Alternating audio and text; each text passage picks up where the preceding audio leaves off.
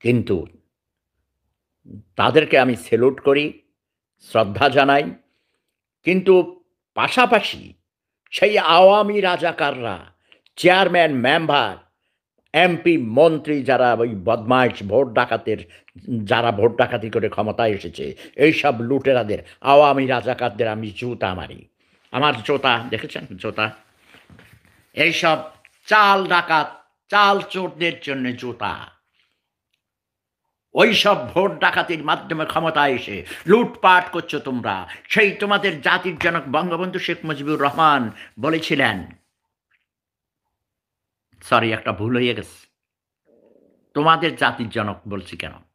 আমাদের, মানে আমাদের জাতির জনক, বাঙালি জাতির জনক বঙ্গবন্ধু শেখ মুজিবুর রহমান, মানে আওয়ামী লীগের রাজাকারদেরকে বলছিলাম যে তোদের নেতা, আওয়ামী রাজাকারদের নেতা।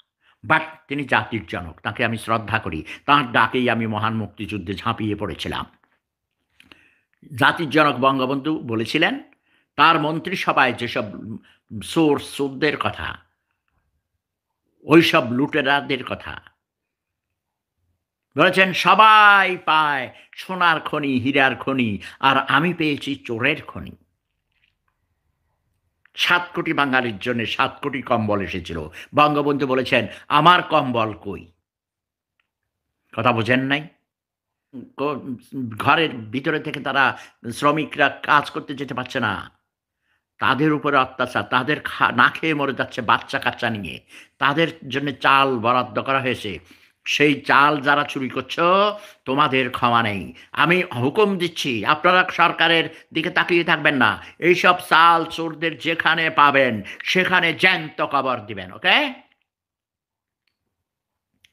আমি কিন্তু, আপনারা লক্ষ্য করেছেন, ২০২০ সালে আমি শব্দ বোমার পরিমাণ কমিয়ে দিয়েছি। অনেকে আমাকে টেলিফোন করে, বিভিন্নভাবে বলে যে, ভাইয়া, দাদা, আপনি কেন, কেউ বলে, স্যার, আপনি আপনার শব্দ বোমা শুনতে চাই, আপনি কেন শব্দ বোমা মারেন না? বলে, শেফুদা, প্লিজ শব্দ বোমা মারেন, আপনি শব্দ বোমা না মারলে কাজ হয় না। আমি জানি,